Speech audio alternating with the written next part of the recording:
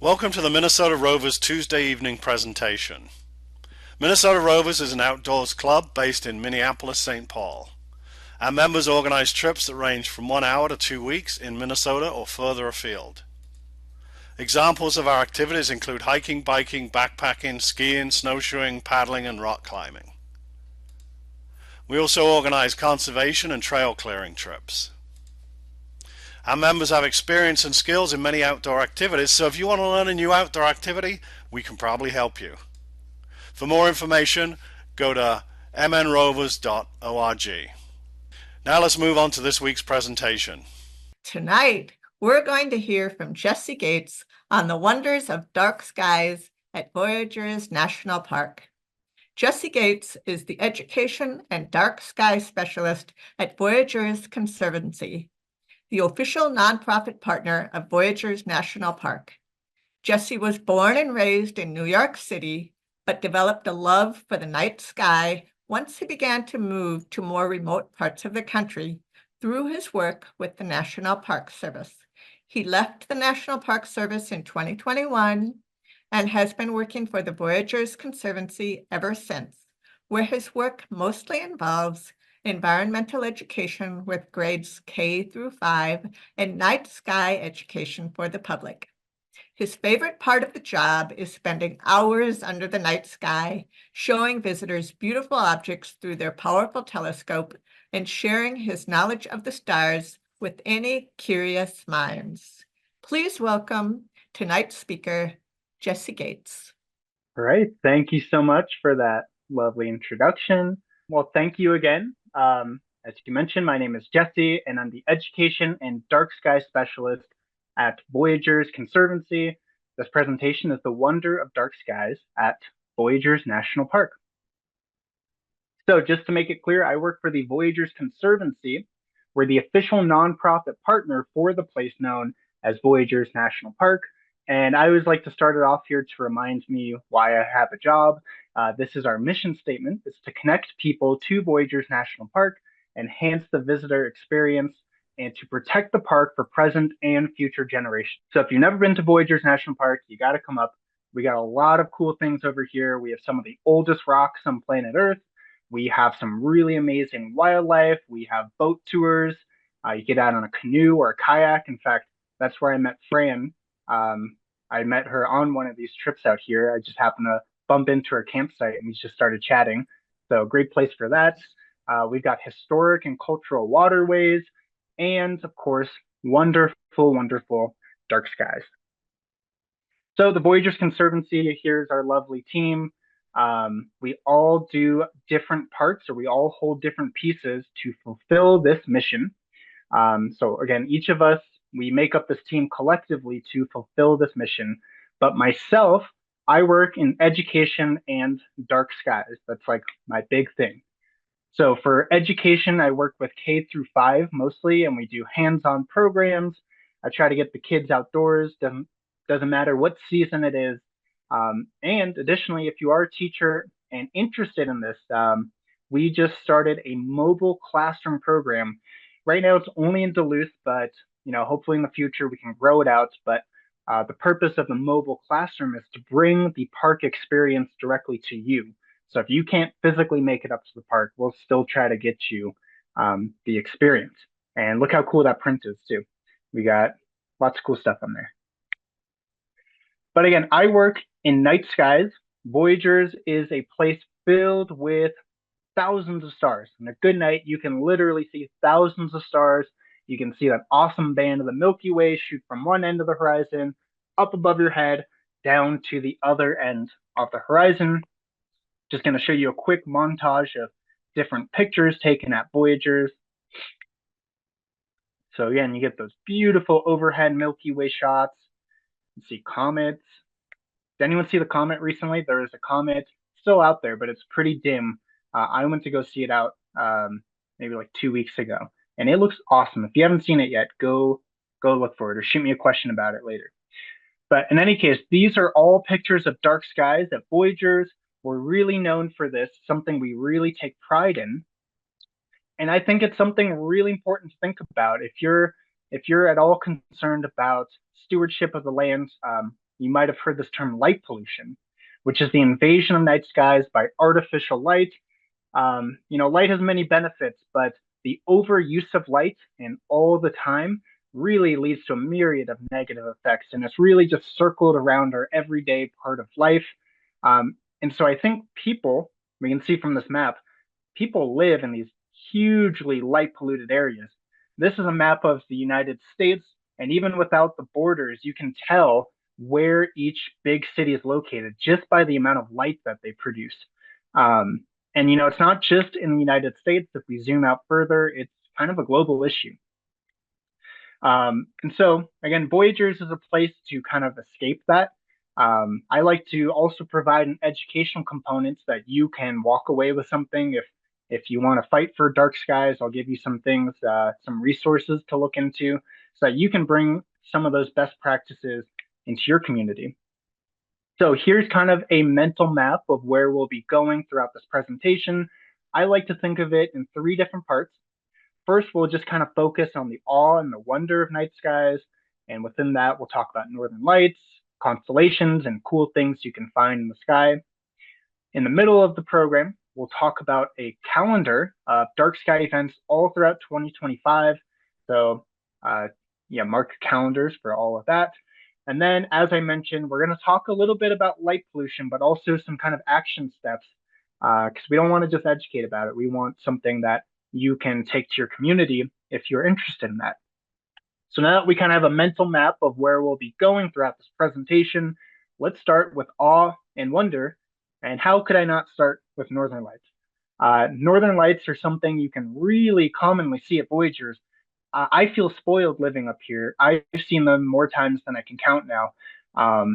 And every time it's just an amazing, amazing show. So I'm going to show you a montage of different pictures of northern lights, all taken at Voyageurs National Park. And what I want you to really focus on is the true diversity of patterns and shapes and colors, because northern lights present themselves in a number of different ways.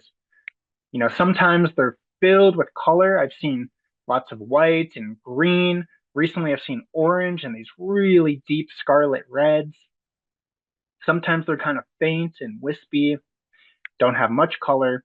And then other times it looks like somebody just turned the knob up on the vibrancy. They go really, really brilliant with the colors.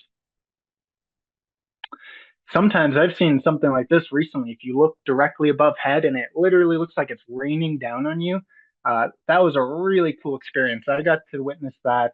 There was a really good display out in May, if any of you got to see that.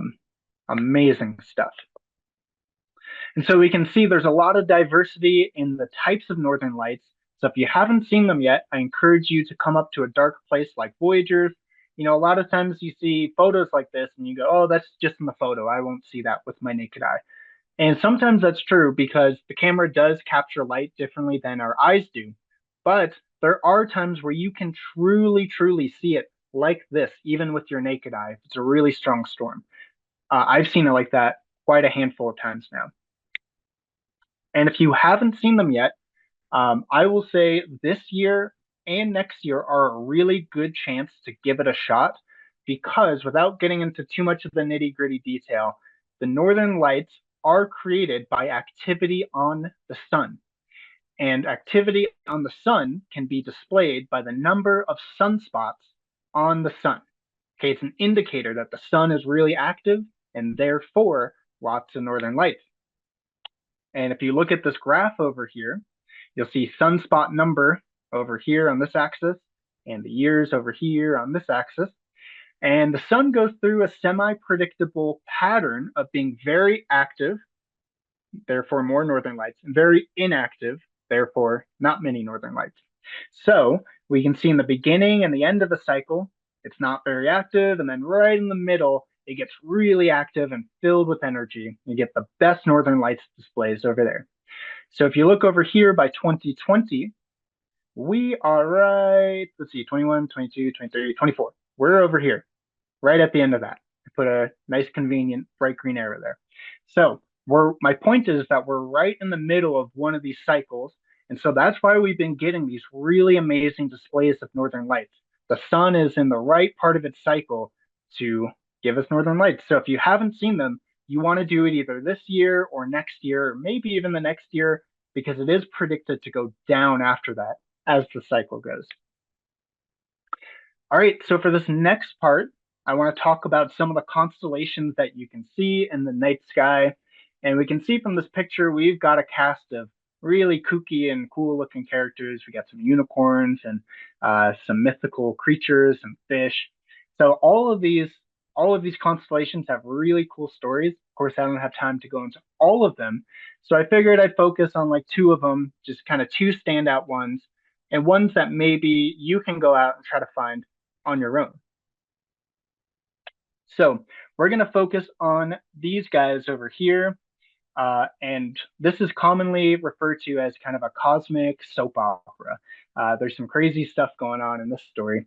So some of the main characters in this story are Queen Cassiopeia, Princess Andromeda. We have Perseus, the hero over here, and of course Pegasus, the winged horse. And so in this story, maybe you've seen the shape. This is one of the more common shapes that we see in the night sky. It's often referred to as a 3 or a W or an M, depending on what time of year you see it. It'll be in a different orientation. But this is none other than Queen Cassiopeia. And the 3 shape itself looks nothing like a queen, but the artist kind of rendition overlapped over it really shows what we're looking at here. And this story, Queen Cassiopeia was kind of a vain queen. And if you didn't know that, you can look at this picture. She's literally holding a mirror up and she's just staring at herself in the face. She just loves looking at herself. In any case, as she thought she was so beautiful, she went sharing about her beauty to anyone and everyone. And in doing so, she angered some people that she shouldn't have angered. And as a consequence, they sent a giant whale-like creature named Cetus. And I'll go back to this one. It's kind of like a whale. I don't even know what, but he's a crazy looking guy. In any case, this giant whale-like beast came to destroy the kingdom of Cassiopeia for her vanity. And so, as she consults an oracle, she wants her kingdom to survive. She consults an oracle who gives her the news on how to survive, how to appease the beast of this creature. And he says, or the oracle says, that you must sacrifice your own daughter, Princess Andromeda, who is nearby in the sky. This one's not as easy to find, but here's the shape of it, and here's the artist's rendition overlaid on top of it. And we can see in this artist rendition that she's kind of chained up. She's draped in these chains. And the reason for that is because her own mother and father chained her up to a rock as a sacrifice to appease the beast, this whale creature. Well, it's not all bad news. It turns out that there is a hero to this story who's right below all these characters, and his name is Perseus. Perseus happened to be flying by on Pegasus, the winged horse. Right after another adventure, you'll notice right here in my mouse, if you can see it, he's holding the head of none other than Medusa. We can see all those snakes in her hair. He just came back from this journey when he stumbles upon Andromeda, the princess, and he decides to save her. He uses the head of Medusa. If you know the story, you use the head of Medusa. Anything that stares into its eyes will be flashed into stone or turned into stone. So he comes just in the nick of time and freezes the whale creature and saves the princess. They all live happily ever after. How cool is that? So all of these different characters are all in the same part of the sky, which I really like. I could imagine people from a long time ago looking at the sky and being able to tell the story in the same way that we might look at, like a projector and watch a movie together. This was a form of entertainment in a way. This next one I want to talk about is, this one is a story about lovers separated by a river. And this one has one of the most famous shapes in the night sky. If you haven't learned this one and you're interested in learning about the stars, I highly encourage you to start with this shape because this is known as the summer triangle. It's out really a great time in the summer. You can also see it in the winter if you're up at like a crazy hour. But it's known as the Summer Triangle. And in this story, we're going to tell kind of a Japanese story that is related to two of these stars in the Summer Triangle. And in this story, it involves this bright star over here named Orihime. She was a dress weaver, and Hikoboshi, who was a cow herder. And in this story, Orihime, as the dress weaver, was weaving dresses endlessly until she realized she was really depressed because she would never find a lover. She was just so busy with her occupation. Her father realized how depressed she was and set her up with Hikoboshi, who's over here. And look, he's a cow herder. And so when these two meet, they fall instantly in love. They fall so in love that they both begin to neglect their duties. So she stops weaving her dresses and he stops herding his cows. Now there's cows running all over the farm. And as they both neglect their duties too much, the dad, now in anger and a bit of a cruel punishment, I think, he decides to separate the two, Orihime and Hikoboshi, by a river. And if you noticed, you'll notice this hazy, kind of white, milky thing going through there. That is the Milky Way. And so in this story, Orihime and Hikoboshi were forcibly separated by this river. And today there's a celebration in Japan called Tanabata. It's the seventh day of the seventh month. And it's a big celebration that they have there, and it's all related to the story. And so this was just two really quick examples. The night sky is filled with thousands of stories from different cultures. I could give 1,000 other presentations to even attempt to cover all of them. So that's one thing I really love about being under the stars is you go to any place on planet Earth, you go to any time period, you'll see that there's some kind of story ingrained into the sky.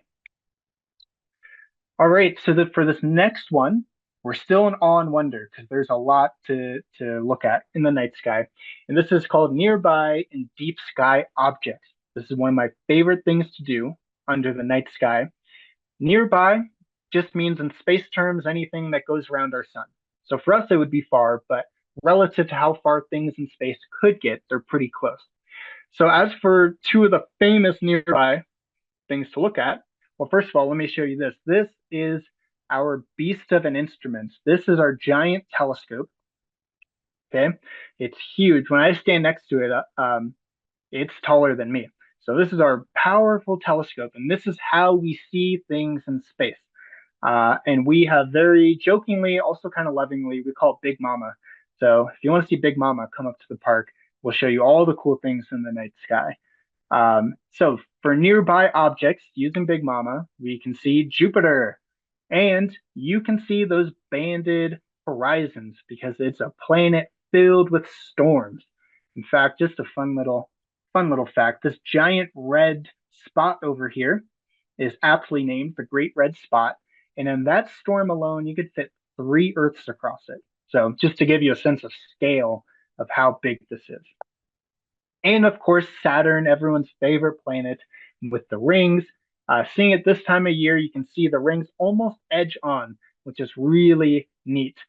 And of course, all these pictures, Jupiter, Saturn, and everything I'm about to show you are, of course, NASA images. So you won't see this when you look through our telescope, but you will still see these planets. You'll still see everything. They are still real, tangible things out there. Still something to be in awe of, I think. So these are the nearby objects. Now what I like to do is show you some of the nearby objects because it's become deep sky objects. Because it's become a real hobby of mine is to try to find these things on my own. It's a really thrilling, fun thing when you're digging around with the telescope and you're trying to find things. And so I try to pick objects that are relevant to the constellations that we talked about. So in Cassiopeia, who again is the 3 shape over here, if you look right where I put this green circle, if you put a pair of binoculars or a telescope and you point directly right there, you will see something we call the owl cluster. the owl cluster, you can kind of see the shape. These two bright ones are the eyeball. I'll shape over it. So that would be the eyeball. We've got one wing coming out here, body coming down here. We've got one talon, another talon, and another wing. And I hope you guys can see my mouse, otherwise I'm just blabbing on about nothing. But you can see it, awesome. So this is the owl cluster, and this is an example of what we call an open star cluster. Open star clusters is a loose family of stars. They're loosely bound together. They usually contain a few hundred to maybe a few thousand at most, but they're kind of loosely bound. Think of them as like a family. Now, if one open star cluster wasn't enough to wow you, if you look right above Perseus's head, right where I put this green circle, you will be met with a dazzling display of an open cluster known as the Perseus double open cluster. This looks great in binoculars. You don't need a telescope to see this. And it's a little hard to see in this image because you're just overwhelmed with all these stars. But I kind of put circles roughly over each family. And so these are two open star clusters. They're two distinct families of stars that appear to be right next to each other. All right, this next one I'm going to show you is right near Pegasus. And I just learned this one recently. If you go right off the head of Pegasus and you dig around with your telescope or binoculars, you'll be met with what we call a globular star cluster. So the open star clusters have a few hundred and they're loosely bound together. Globular clusters have hundreds of thousands of stars and they are densely packed together. So you can think of them as opposites. Open, loose, and bound, globulars, dense, and compacted. So these are some of my favorites to look at. I love globular clusters. I just learned how to find this one maybe like 2 weeks ago. So I think they're really cool. You might even be able to see this one with binoculars, but globular clusters are real gems of the sky. So now going back to the summer triangle, we see Orihime and Hikoboshi separated by this river. But if you dig your telescope roughly around here, we will see something that we call the Dumbbell Nebula. So the Dumbbell Nebula, I like to refer to as a ghost star. It's not what they're actually called, but I think it's a pretty helpful name to think about what happened. So this is an example of an average size star. So think of like our own sun. It's an average size star that has gone to die in some sense.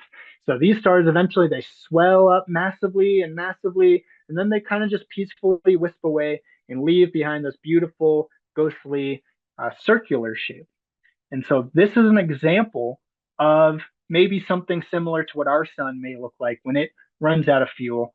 We've got a few billion years before that happens, so don't sweat it. But this is an example of something that we may see or that our distant ancestors may have to deal with. Now, continuing with the summer triangle, if we go down a little bit lower, we're met with a really awesome object. So we just saw what happened when an average sized star dies. It expands and it kind of just whisks away. But if you start with a massive star, it actually has a completely different death. These stars explode. They literally explode and they leave their star guts kind of just strewn about into space. This one is known as the Veil Nebula, and it's the remains of an exploded star. So again, if you start with a massive star, they expand and then they just kind of explode in what we call a supernova. And their star guts are just flown everywhere. And I also just learned how to find this one recently.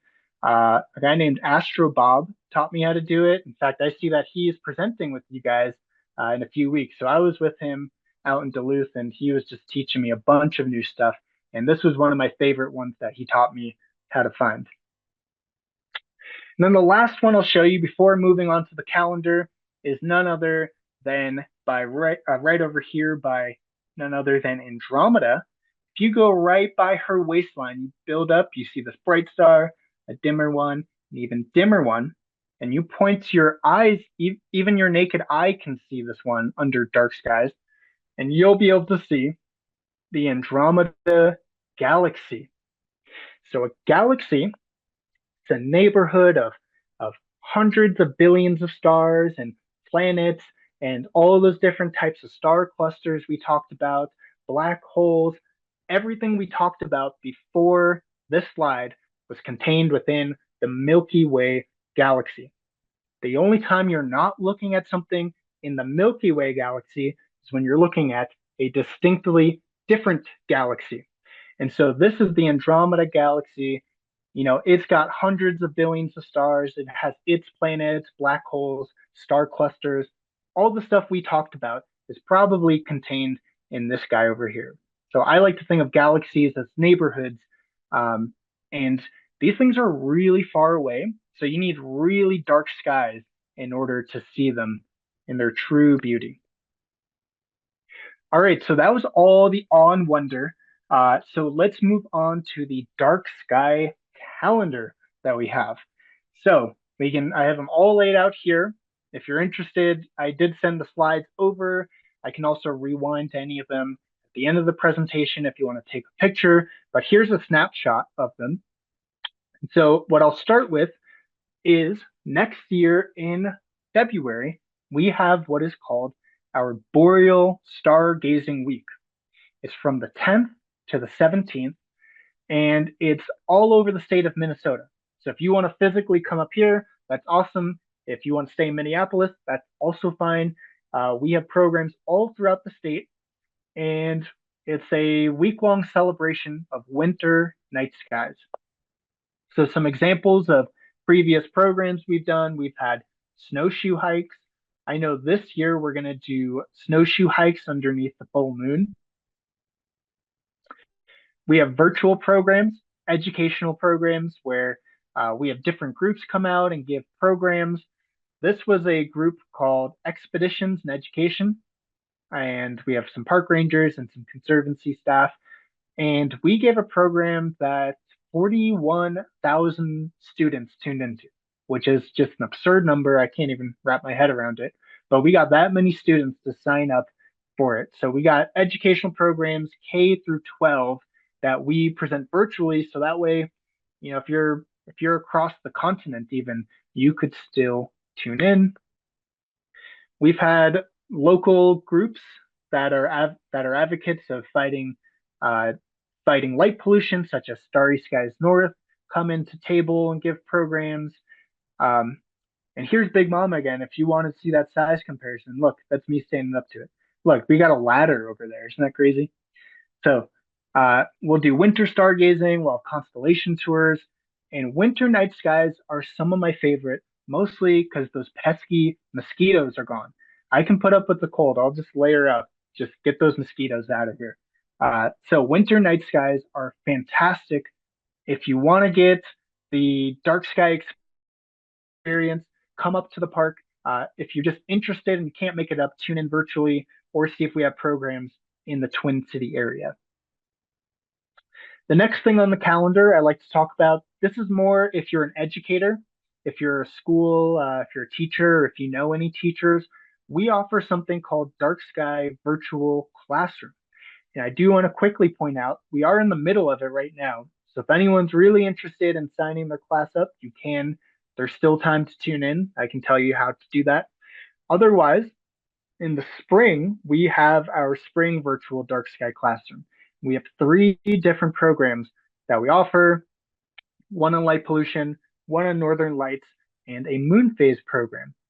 And all of these programs have a pre-activity and a post-activity that they do before and after, and a activity itself where I tune in virtually and I come to your classroom and I give one of those programs. Next thing on the calendar is in June. Well, likely June or July. We don't have the dates established yet, but this is our solar scope program. And so what we do here is we use a special equipment, solar telescope filters in there, so you don't have to worry about burning your eye out. And you can actually see sunspots on it. It is really a cool thing to see. So you'll see them as these little black moles across the surface. And you'll also see solar prominences, which are kind of these big, wispy, explosion-like features. They're kind of ghostly tendrils that you'll be able to see on the rim of the sun. So we don't have dates yet, but this will likely be in June and July. And this will be up at the park. Then, moving on through the year, in August and probably September, we'll have our dark sky program. This just kind of your standard dark sky program. You come meet me with the telescope, and I do constellation tours with the laser pointer. We look at some of the objects that we just learned about previously. Um, yeah, and this will probably run throughout the month of August. August and September are also really great times to go star viewing. And then our big event is our Star Party. So the Star Party is a big celebration of our night skies. We usually do it in August near the Perseid meteor shower. We try to line those two up. That way we have a group of people and we're looking at cool things through the telescope and we're underneath this beautiful meteor shower. We try to combine them all, but we don't have the dates established just yet. But this is a celebration of night skies for everyone. And so what we do is try to make it as diverse as possible. So we have programs from rangers. It doesn't matter if you're a kid or a senior. We've got programs that are designed for everyone. We've teamed up with Wilderness Inquiry to have paddling excursions. This one's really cool. We just started doing this 2 years ago. We have both a sunset paddle and a night sky paddle where you go out under the stars and you go paddling. If you have kiddos, you can bring them up. We do something called S'mores and Stories where we read children's stories about stars and things like that. And even if you're an adult, you can come by because we've got tons of s'mores, which sometimes people just come for the s'mores, but that's okay. It's for everyone. Again, we've had groups come up to the park. Starry Skies North, if you don't know them, are an amazing group that are really good advocates of fighting against light pollution. They usually come up and have a table display and they'll give presentations as well. We've had the Bell Museum also come up. A lot of times our star parties will overlap and we'll help each other out. Last year we did a music component where we have songs related to stars or the night sky. So we had some Beatles. We didn't do any David Bowie, but I wanted to do that maybe this year or next year. Maybe we'll add some David Bowie. But yeah, we do star related songs on acoustic performance. Of course, we have constellation tours. These are those laser pointers I was talking about. It's like a giant lightsaber. It shoots up into the sky and you can trace out each constellation. We've also had special speakers come. If you've ever seen this book before, this is by Paul Bogard. It's called The End of Night, and it's like the book you have to read if you're into understanding what light pollution is and getting a really well-rounded understanding of it. This is the book to go to. It's the one I started with. Um, he came up to the park and gave a special presentation. Additionally, Astro Bob has come every year. This is him. And I thought this was just such a funny photo. This was from 2 years ago. It started to rain on us during the start party, right by the telescope. So you can see an umbrella being held up over a very expensive telescope. But it shows our dedication showing you night skies. We saw the clouds. We're like, I think we can still do it, and we pushed it to the limit. And then the rain came, but we quickly disassembled the telescope is safe. And if you're really lucky, you'll be able to see the northern lights. I can't make any promises, of course, but I will say the last two star parties, no, last three star parties in a row, the northern lights have come out. Okay. So just going to quickly throw that in there. This one was taken by Astro Bob, and I think this one's 2 years ago. Um, Me and him were out till like 3 a.m. during the last star party because the northern lights just kept going off and then they'd kind of fizzle out and then they would come back and we just stayed out so late, just mesmerized. All right, how am I doing on time here? Okay, I think I have time to quickly wrap this up. So, for the last thing I want to talk about is light pollution, but also taking action if you're really interested in this. So, as we earlier described, light pollution is the invasion of night skies by artificial light. It's used in a lot of our modern kind of convenient ways of living. And it's not to say light is bad all on its own, but what we want to say is that the overuse of light and using it all the time has a myriad of negative impacts. Very quickly, it affects wildlife and the larger ecosystem. It affects predator and prey interactions. It affects mating habits. It affects migrating animals. It makes animals confused and head towards bright lights and makes them wander into cities where they get hit by cars. It affects pollinators. It's a chain of bad impacts. And you could read hundreds, literally hundreds of studies that they've done in different species, and it shows how overall light all the time is never a good thing, especially for these animals that have adapted to thrive and to live under night skies. And it also, if you didn't know this, it also impacts human health. Okay. Most notably, it affects our production of melatonin, which, if you don't know, is kind of the sleepy or drowsy chemical that our brain releases. It kind of tries to communicate with the rest of our body to tell us it's time to go to sleep. Well, with light all the time, it's really confusing our body and all the different systems connected to our brain and the messages that are sent out. And so, light all the time is definitely not a good thing. And here's a kind of depressing map, but I think it's important to share. This shows you the light pollution shown over the last few decades. So we can see 1950 over here, or late 1950s, when we start to get satellites. Over here, moving through the decades, we just see it quickly get consumed by light, just getting worse and worse. Um, Even in places like New York City in the 1950s, we see that it's bright, but the intensity of the light just gets crazy as we move on to 2025. And who knows what further projections are. Um, there could be, if we don't act on it, there could be a time in the future where seeing the Milky Way was something of the past that the older generations will remember, and people born in that year would never even have a chance to see. So, what do we do about it? I just talked about all this depressing stuff, but I like to leave some glimmers of hope, some really awesome organizations out there, such as the Dark Sky Association. They're kind of the leaders in all of this.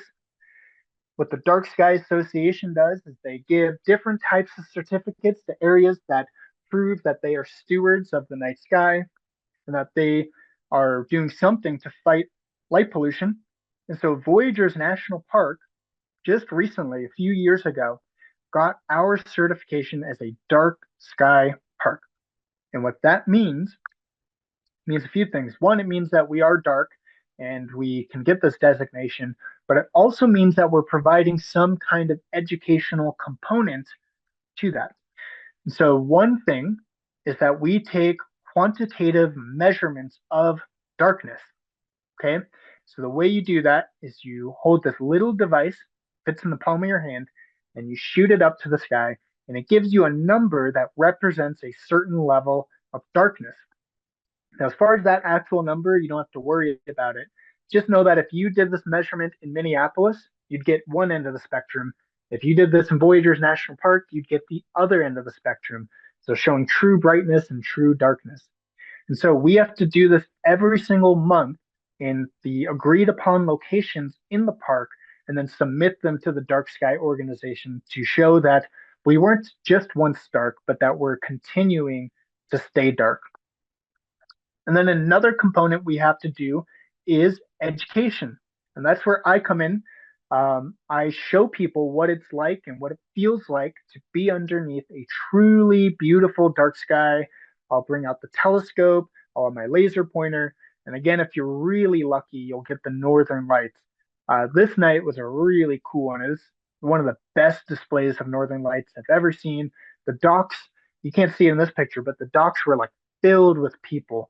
They were just waiting for a show. They had their lawn chairs out. It was really just a beautiful, beautiful moment.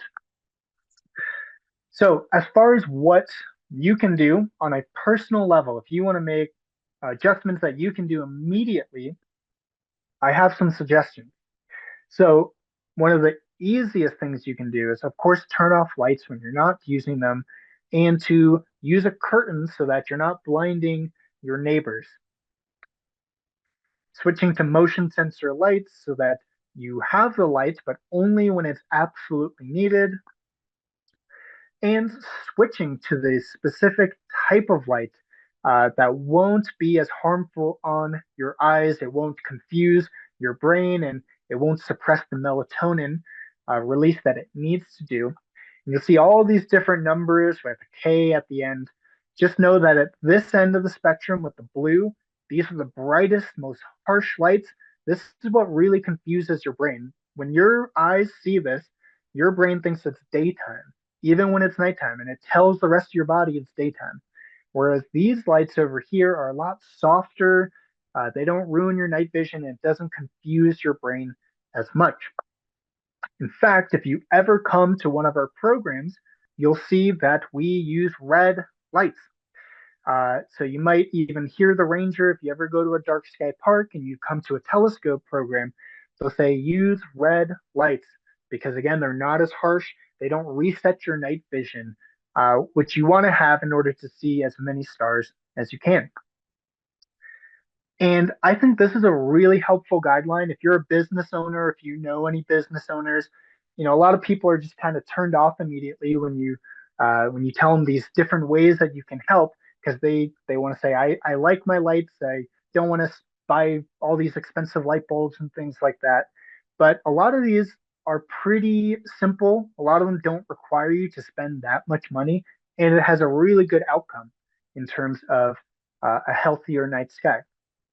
So these are kind of the 5 lighting principles. If you're a business or a homeowner, is your light useful?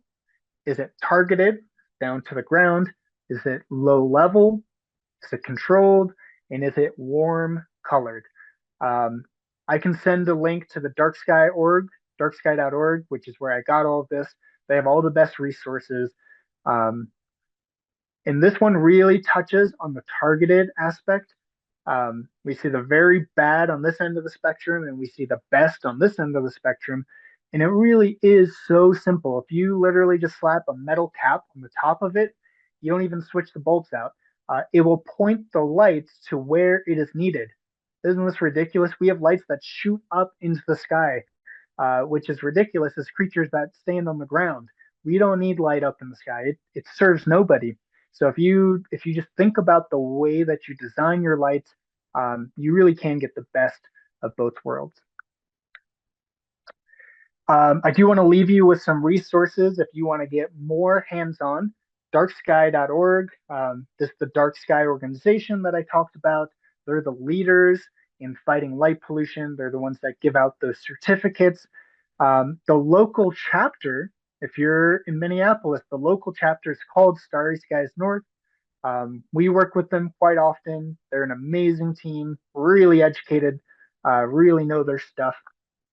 Then I wanted to leave 2 books if we have any bookworms out there.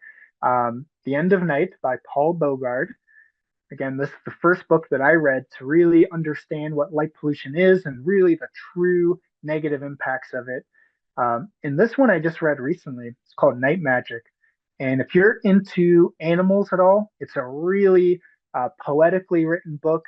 It talks about glowworms and these mating salamanders that do these wonderful dances. It talks about owls and bats, all these animals that kind of exist all around us, but we don't really acknowledge them all the time because they're out during the time of night when many of us are asleep. So it really dives into kind of the magic and the wonder of these animals and, of course, how they're impacted by light polluted skies. All right, that was a lot of information. I'm going to quickly kind of recap it, kind of draw us back in. We talked about a lot of things in this presentation. We talked about awe and wonder of night skies, the northern lights and their true diversity of color and shape and intensity.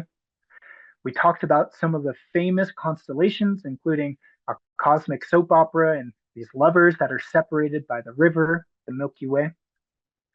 We've talked about things that you can look at through a telescope, including our planets. We've seen different variations of star clusters and dead stars, some that kind of just fade away, and other ones that violently explode. We've talked about our dark sky calendar at Voyageurs National Park. I'll probably, at the end of this presentation, I'll probably go back to the slide in case anybody wants to take a picture. Likewise, I have sent this over, so anyone who wants to see it, it is for the public. And then lastly, we talked about light pollution and how you can take action. Light pollution, of course, is the invasion of night skies by artificial light, but there are some really meaningful and tangible ways that we can go about fighting it. I encourage you all to read about it if you're interested. Some of those books, some of those resources. I'd be happy to go back to any of these slides if you want to visit those again. So again, we're the Voyageurs Conservancy. This is our mission. We want to connect people to Voyageurs National Park, enhance the visitor experience, and protect the park for present and future generations. I do have membership information down here if you're interested, as well as my personal contact information.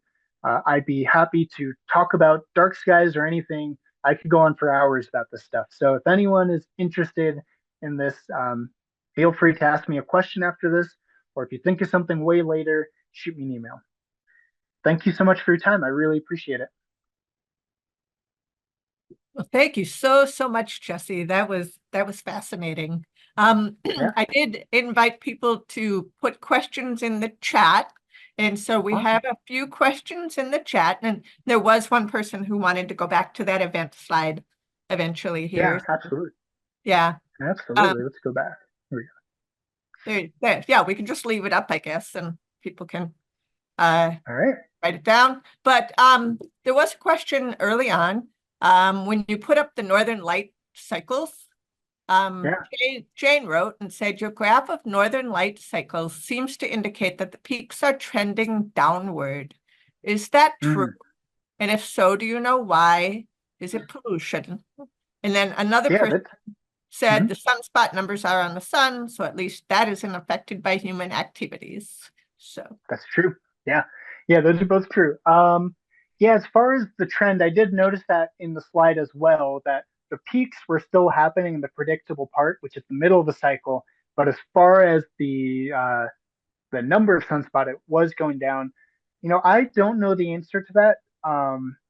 I'd be happy to look into that. I'm not sure if that's something that's, the sun is, I do know that the sun is, even though it's well studied, it's not well understood, even though it's the closest star to us. I know that even experts have some issues with understanding it, which I think is beautiful and kind of humbling. But maybe they have an answer to that. I actually don't know if that is one of those cases, if they know why. But I'll look into that and I'll shoot you an email to see if I find any answers.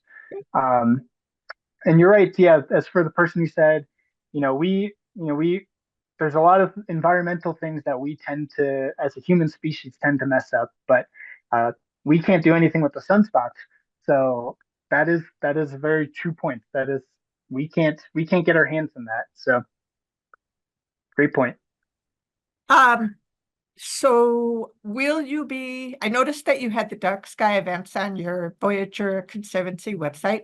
Do you know when you'll be updating that web page?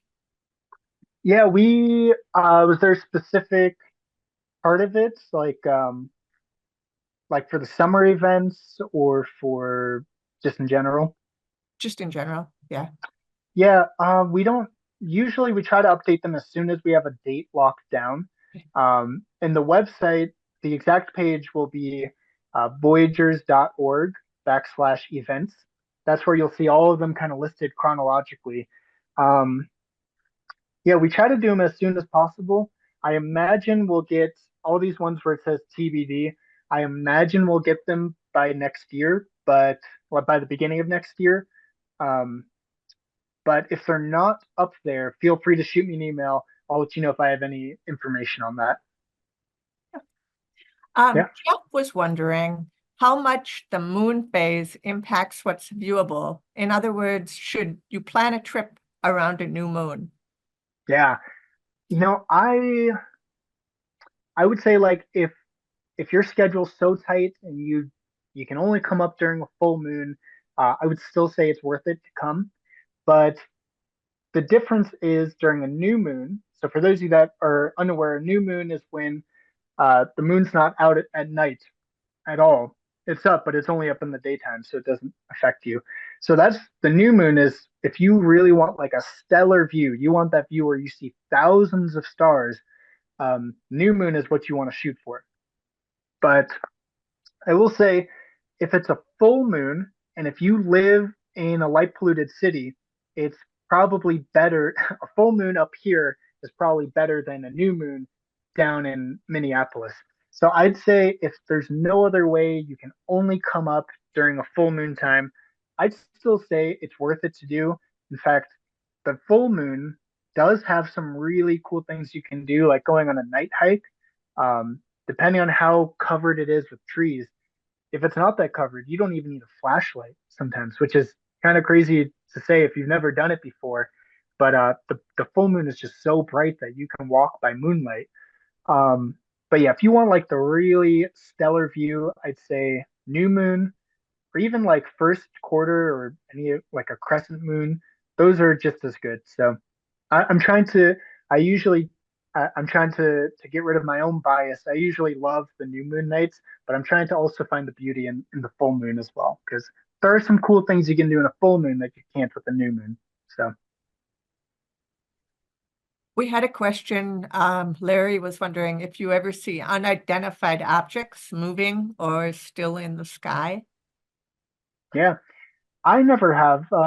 I've seen plenty of Starlink go up, which a lot of people will report as UFOs, which I guess to them they're UFOs because UFOs stand for unidentified flying object.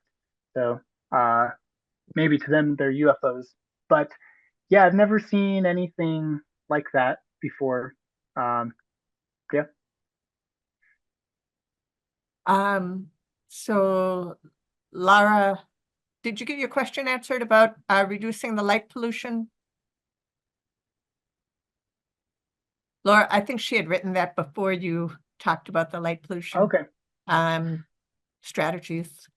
And Yep. then Diane wrote and asked where you were in the park, but I'm not sure what she is referring to. So Diane, if you're on.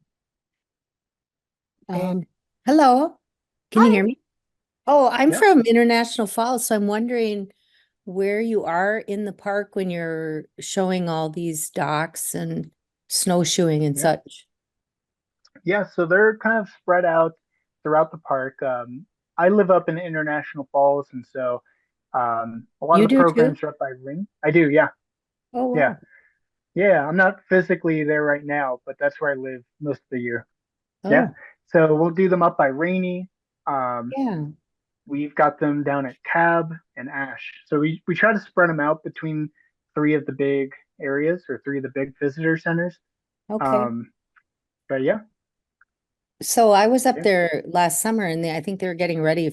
My family's from there, so I go a couple times, but it would be really fun when you go on the website. Would it say what park you're going to be at? It must, yeah, it or will. So it'll say, yeah, the time, the date, and the location, and then a description as well. Yeah. So okay. I'll Thank say you. if you're around like for the summer events, I can say some things with certainty, like the Star Party, we split up between Rainy Lake and Capitogama Visitor Center. Okay. Um, my regular, this one that says Voyageurs Conservancy Dark Sky Program, that one we haven't established, but it'll probably be at Capitogama Visitor Center. But yeah, once they're up on the website, we'll have uh, the dates and the locations and all of that.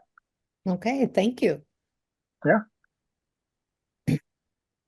Evelyn reminds us that a full moon's the time you can look at the moon and see the craters and so on. Yeah, full moon is beautiful on its own. And I'll actually say one of my favorite moon phases is the first quarter. So that's when one side of the moon is lit up and the other side is not lit up. Because with a telescope, if you point it right by that black line that kind of separates the dark and the light, you see really awesome texture. You see actual topography on it. So you can see like the depths of the crater, you can see mountain ranges during the first quarter. There's a beautiful mountain range on the moon called the Apennine Mountains. So yeah, I'd say the moon's got a lot of cool stuff going on too. So Larry is wondering, compared to other dark areas in the world, how dark is it at the park? Yeah. So there is a scale of darkness that goes from 1 to, I believe, 9. It's called the Bortle darkness scale. And 9 being the brightest, that would be like a New York City, and a 1 being like the darkest place out there. And so we are a Bortle scale 2. So we're not at the very darkest, but we're almost there. In fact, if you look at any of these little maps, I don't know if this one will be good enough scale. So, okay, the words are blocking, but this bright light is Minneapolis. And so we're somewhere up here. We're in like a pocket of darkness up there. In fact, combined with Quetico and Boundary Waters, collectively, we kind of make this beautiful combination of a dark sky area. And that's most of the darkness you'd see. Yeah, I don't quite have it, but somewhere up here. So yeah, we are a Bortle scale 2. So if you're interested, look up the Bortle scale of darkness, and you'll be able to see where places lie amongst that scale. Fran wrote, I think you know Fran, but she suggested that encourage people to come up to Voyageurs during the meteor showers. She said she was camping Voyageurs during the Perseids in August and laid out on the beach and saw probably 70 meteors. Oh, that's so cool. I love that. Yeah. The Perseids are one of the best meteor showers of the year. So if you've never seen them before, you got to come up here for that. Jesse, thank you so much for your time and sharing your knowledge. Yeah, we'll look forward to seeing those events on the website, and hopefully some of us will see you up there this next year. Fantastic. Well, I appreciate you giving me the time for this. Thanks for watching this Minnesota Rovers presentation. If you want to see more, please click on the link to our channel or the subscribe button below. Thank you.